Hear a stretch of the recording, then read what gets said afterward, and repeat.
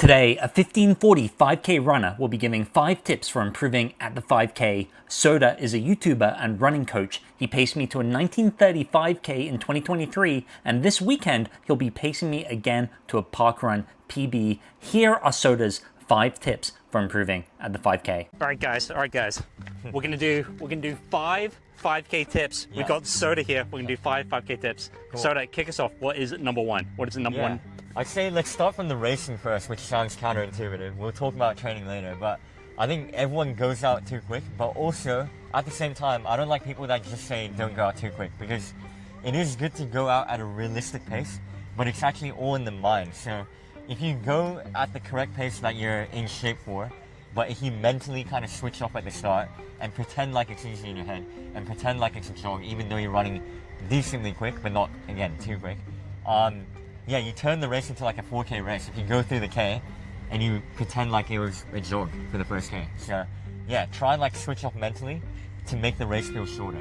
Interesting. So do you want to see people do negative splits, or is that a bad sign? Yeah, definitely. I think negative split is good, but if you want to get the most out of yourself, ideally you want to like even split, you know? And I know you love negative splitting. I feel like you always have a little bit left in you at the end. I love to finish fast. I love it, but that's mostly because I'm a coward. So I'm a coward, so I like to start easy and then just move the pain towards the end. But that is not the quickest way to do a 5K. Yeah, ideally you want to know yourself so well that you kind of even split the whole way. Even splits. Because once you do a lot of 5K races, you'll start to know what workouts correlate to what time, and then you can kind of tell what pace is realistic to hold for 5Ks. Yeah. But I will be honest, I'm still like you, where I do my last K the fastest, so I run like a little bit of a coward as well. You run like a coward, okay. Yeah. So we're both slightly cowardly.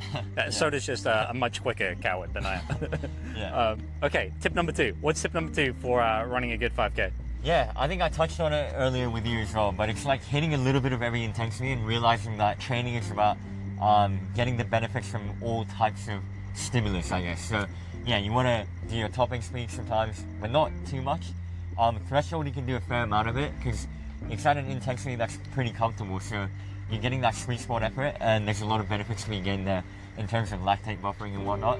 And then easy runs will obviously build that base. And I think long runs is something that not many 5K runners talk about because it's like a shorter event compared to the marathon. Yeah. But when you do long runs that are like 4, 5, 6 times your 5K duration, so like for a 20-minute 5K runner, if you're doing like 2-hour runs or whatever, you get a lot of benefit and confidence knowing that you've run for 6 times the duration of a 5K, you know? Interesting. I like to think of it that way as well sometimes. So I want to build that buffer in terms of confidence by knowing that I've run way longer in the long runs and knowing that I've run way quicker in the speed workouts, and then doing a lot of that slightly more specific threshold work as well. So again, every intensity. So it's a big mixture of intensities. It's not just running 5K pace, and it's not just running less than 5K distance. For sure, yeah. Okay. What's the third tip, Soda? Tell us the third tip. Yeah, this goes for a lot of distances as well, but I think it is really important to realize that it all stems from recovery. Recovery is so important because if you want to race well, you probably have to train, more or at a higher intensity or whatever. And in order to do that, you need to recover from each running session or long run or easy run or whatever. So making sure that you focus on recovery, sleep well, eat well, and also eat enough as well, because you're using a lot of carbs by doing training like this. So yeah, I think right after the run, I try and get carbs in and always stay, adequately hydrated, and also, just eat enough in general. Yeah.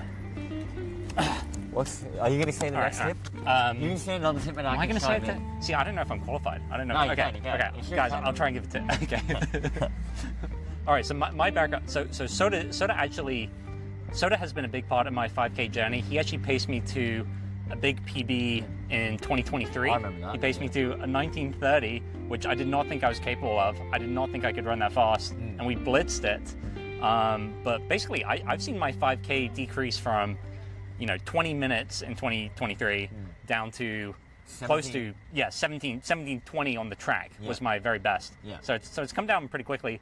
I'd say for me, the biggest thing that has made the difference is the volume. Like it's pretty cliched. It's pretty cliched. Yeah. But just for me, coming from doing less than 10 Ks a week, simply boosting it up to 50 to 60 Ks a week, with one speed session, that's all it's taken. That's all it's taken. And I think, at least for me, I'm still seeing a lot of improvements just from slowly increasing the volume. Yeah, And more recently, I've kind of started boosted up towards 80 to 85 Ks and continuing to make improvements. Yeah. So I think the thing yeah. with you is you've done it over like a long period of time and conservatively. So I think that's really smart and a good way to do it. And yeah, that's why you have to kind of look long term, because it takes a while to get the adaptations from the easy running, right? So obviously when you do a ton of easy running, you build that mitochondrial density and all that. So that's going to improve your ability to, just run for longer and feeling easy as well, and processing oxygen a bit more efficiently too.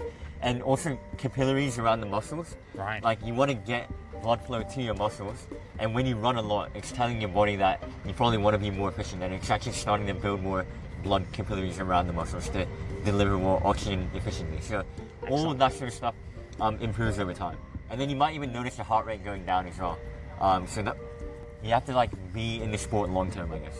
100%. Yeah. 100%. Fortunately, he has saved the best tip until last. How quickly do you think somebody can improve at a 5K? Like what are realistic expectations for 5K improvement? Yeah, again, I think it's really different for everyone. So you can't really compare yourself to others, because everyone adapts at a different rate. So that's really hard to say. But also just knowing how you need to train is good, because if you come from more of a speedy background, then maybe you want to develop that base a bit more. And if you come from like Ironman triathlons or whatever, doing a lot of low intensity stuff and just don't have that top end speed, then you might want to have a little bit more of a focus on the speed. But it's also important to know that you can't do speed the whole year round, because there's more risk for injury. So I like to do speed in like chunks. So like I would do 6 to 8 weeks of speed, like one speed session every week, and then I'd actually not do speed for a while and only do threshold. And by the way, threshold I kind of do the whole year round, but speed I do 6 to 8 weeks and not do it for a while. But the next time you revisit a speed block, you'll probably get that speed back a bit quicker. So it might only take you 4 to 6 weeks, whereas it took you like 6 to 8 weeks last time. So you kind of get it back quicker, and then you can develop that VO2 max even more, so you can keep pushing that speed up if you do a little more after that. So Nice. yeah, it's all going to ebb and flow. So do a lot, and then don't do it for a while, and then do a lot again. Amazing. And Soda, how can people find out more about you? Yeah, well, I'm on a fair amount of social media. So I'm on Strava, I'm on Instagram. My main thing would be YouTube though, so I make a lot of videos there. I've made over 1,400 videos, I think. A lot of them are private now, and I only keep the good videos up. So yeah, lots of running tips on there. And Soda will be back pacing me to hopefully a park run PB this weekend. It's going to be a tough race, but I think we'll be able to give it a good shot. Make sure to subscribe so that you can follow along.